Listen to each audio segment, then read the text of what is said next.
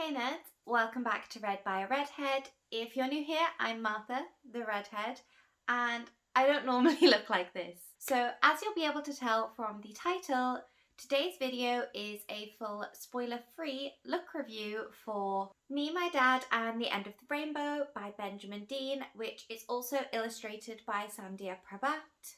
And this is a middle grade book which I recently read, rated 5 out of 5 stars and absolutely loved. And even more excitedly, it's currently Waterstones Children's Book of the Month. And I'm actually really gutted I'm not at work to be able to throw this book at everybody, which is kind of why I wanted to do this video so that I can throw it at you guys instead. But yes, stay tuned if you want to hear all my thoughts on this book while I paint my face into this rainbow explosion. And hang on right to the end if you'd like to hear about a very special giveaway to win your very own copy of the Waterstones Exclusive Edition of Me, My Dad and the End of the Rainbow. So to start, I will just give you the rough synopsis for this book.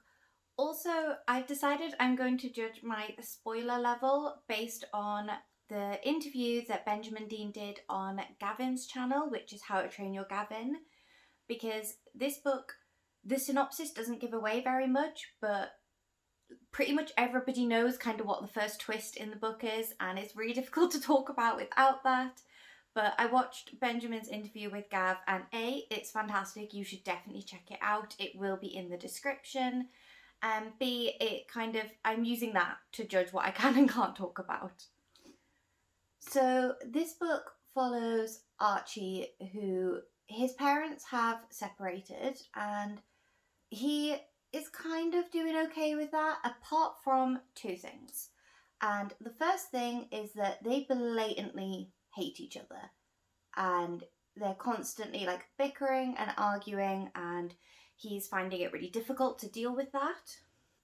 And the second reason he is kind of struggling is because he can tell that his parents are keeping a secret from him, because adults like to think that kids don't know what's going on, but they always know more than we think they do. They always do. And basically, as I say, I'm judging this from Benjamin's interview.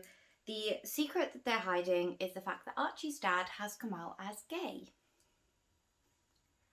Now, you can kind of see why, it's connected with his parents splitting up. You can see why it might be causing tension between them, but also like Archie does deserve to know.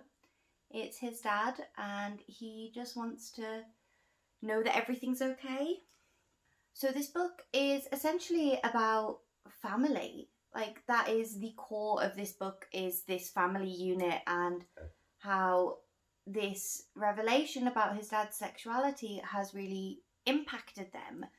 And I honestly adored this book. I knew I was going to enjoy it. I was very anticipating it. Did not expect to love it to the extent I did. It is fantastic. And personally, one of the reasons it is so fantastic is the representation of split parents. Now, for context, my parents split up when I was like 3. So I have some memories of that time, but not that many. Most of mine were like after most of the drama had passed, and like when I was growing up and trying to decide whose house we were at and all that. But some elements of Archie dealing with his parents' separation just hit home so hard, and I thought they were portrayed perfectly. The main one being his absolute hatred of them being in the same room together. Like, he knows they're not happy in a room together. He knows it's just going to lead to arguments and to issues, but for some reason, because they probably think it's going to help him as the kid, they keep doing things together. And one of the greatest scenes for this in the book was Parents' Evening. My heart reached out to Archie in that. It really did. I could just feel every emotion that was going through his head. I could just see his worry, and the fact that, Parents' Evening can be stressful enough, especially like in year 7 in a new school. Never mind Parents' Evening with your two parents who have recently separated and are hiding a secret from you. all at once. Like, poor Archie. It was stressful. But to kind of balance out his difficult current relationship with his parents, you have Archie and his friends, and oh my god, this was such a cute trio friendship. Like, I absolutely adored it.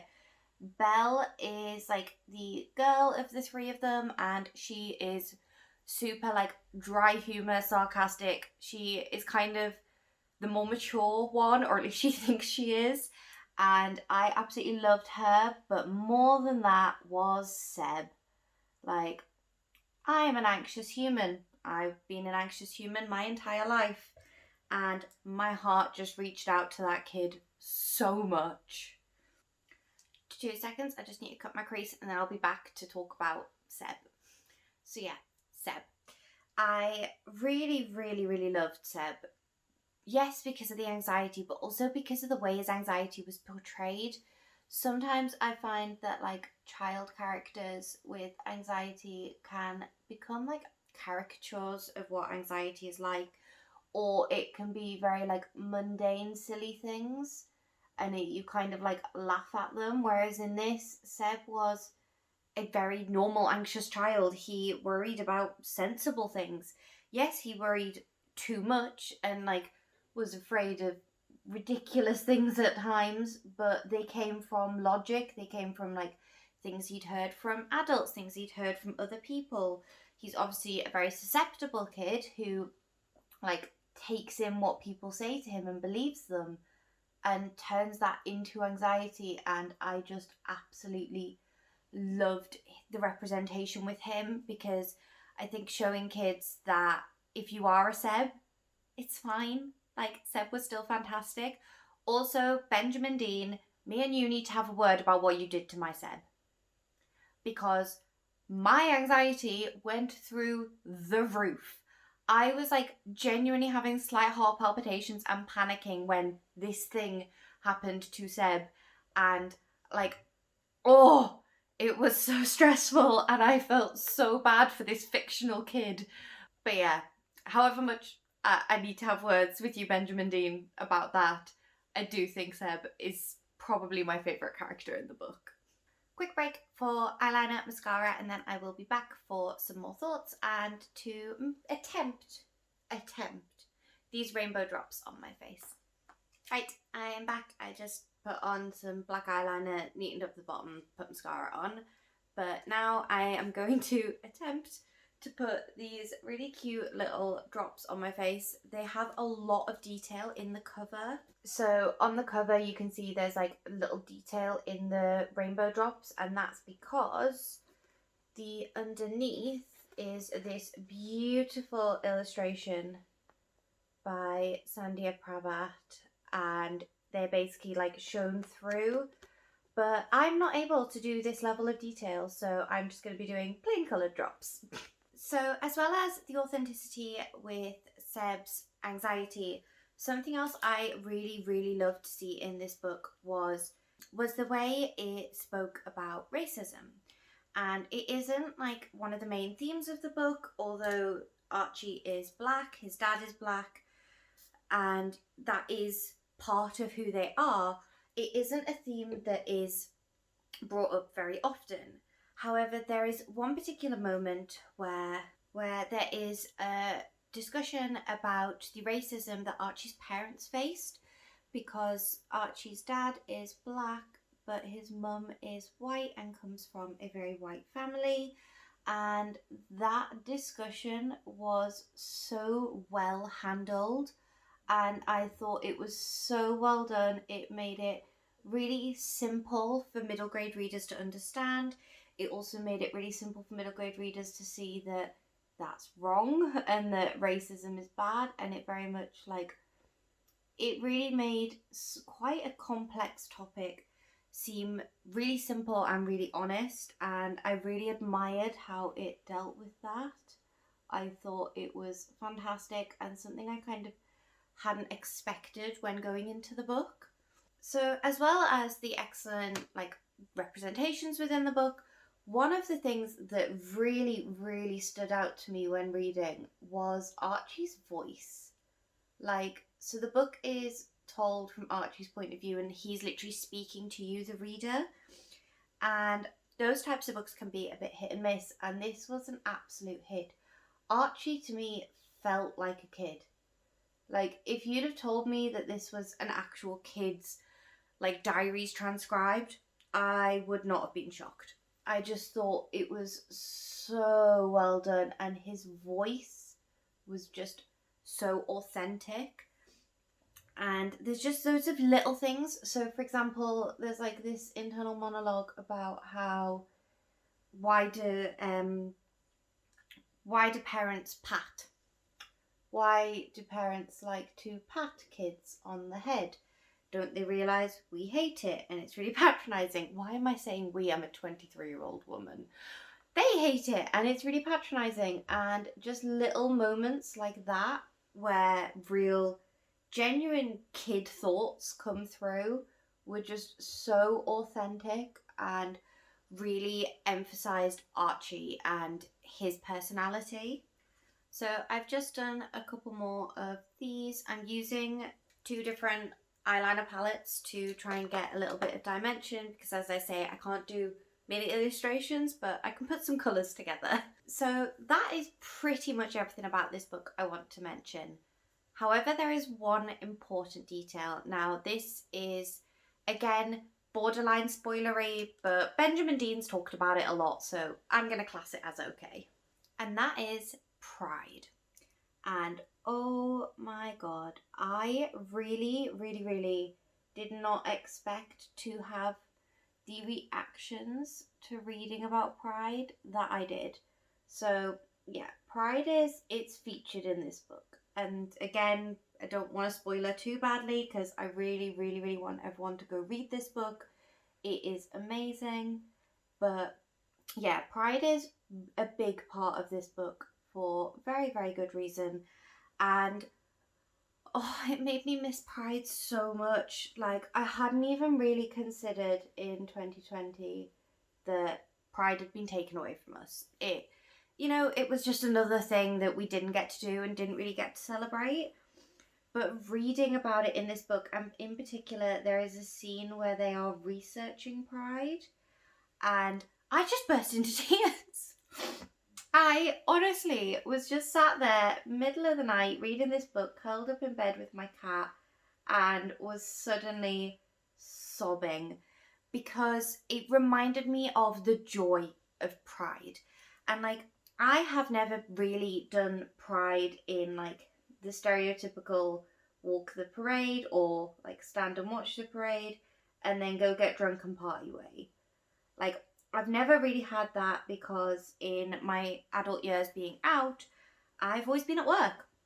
And some may say, oh, that must suck.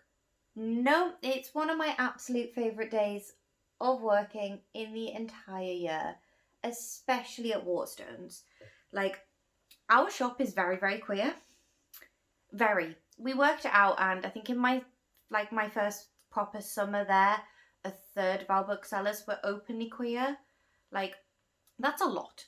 And it feels like a party at work when we have pride. And like last year in particular, I had organised all of our pride events, and we kind of got a whole lead up to pride as well as like events afterwards that dragged it on.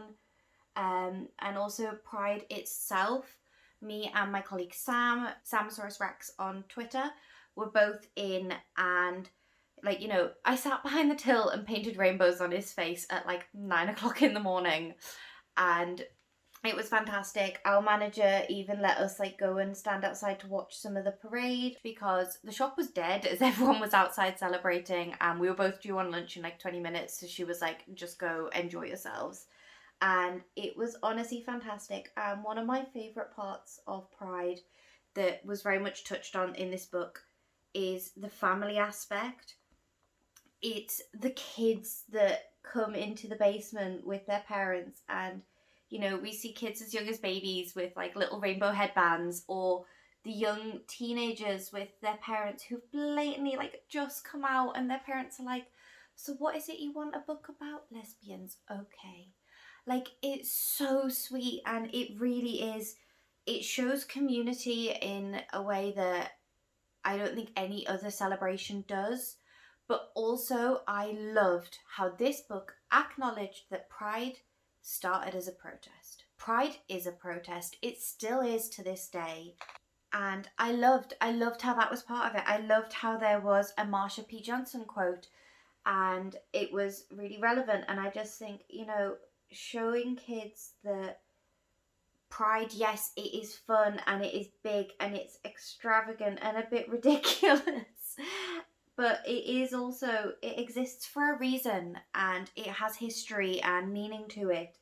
And being able to fit all of that into one middle grade kid's book, I just thought was wonderful. And absolute hats off to Benjamin Dean for how he did that, and also how much he made me cry. Because not only did I cry at Pride, I cried at multiple points to do with Pride, and I cried so much at the end. Like, I was sat in this very chair sobbing with happiness and feeling that true love and emotion. It was just so wonderful, and it's why this book got 5 out of 5 stars. It's why I wanted to do a look review of it, because it's so powerful and it's middle grade, and it's so rare to have this level of emotion and like social learning, I suppose, in a middle grade book. It was just altogether fantastic. Honestly, there's a part of me that's really tempted to like paint a rainbow right here in the middle of my face, but I think that would really mess up everything else that I've just spent ages trying to do. So I am just going to polish this lot off, and then I will be back for a sneaky little giveaway.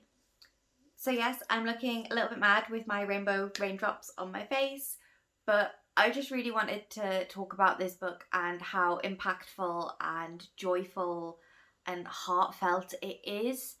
But even more than that, I am very, very excited to be doing a giveaway. Now, as I mentioned in the introduction, this book is currently Waterstones Children's Book of the Month. And I knew that was going to be happening because as a Waterstones kids bookseller, we found out. And so I pre-ordered a copy, which was this copy, which is a Waterstones exclusive one. And that's because it comes with an exclusive interview with Benjamin Dean in the back and like a letter from the author. And so I pre-ordered this, and then I got sent this, which is the standard copy, and this got sent to me very, very kindly by Simon and Schuster. So I didn't really know what to do with myself. And I considered giving one copy to my niece, but to be honest, I'll probably just buy another one for her when she needs something to read. And I ended up reading my regular edition because it arrived first. So I was kind of sat here with my Waterstones Exclusive Edition thinking, do I give it to a friend? No, because I just want them to buy it and support the author. And then I thought it would be really fun to do a giveaway. So this giveaway is in no way sponsored or associated with Waterstones or Simon & Schuster. As I say, the copy I'm giving away is one I bought myself. I just really want to spread the joy that this book gave me to one of you guys. So to win this copy of Me, My Dad and the End of the Rainbow, I want you to comment a moment where you felt proud. Whether you were proud of yourself, proud of somebody else, proud of a friend, just feeling proud. Tell me any moment about that, and I will pick a winner at random a week after this video goes live. I will message you with my email address, and then we will sort out getting this sent to you. But yeah, I am very, very excited to be doing like a giveaway on this channel, but even more to put this book into the hands of one of you guys, because it's fantastic and I really think everybody should read it. So yeah, that is everything from me today. As I say, if you'd like to enter to win your very own copy of Me, My Dad and the End of the Rainbow, just comment down below a moment where you felt proud, and I will comment in a week's time and let one of you lucky guys know that you've won. So yeah, as usual, please like, subscribe, all that good stuff, and I will be back very, very soon for some more bookish content. Bye!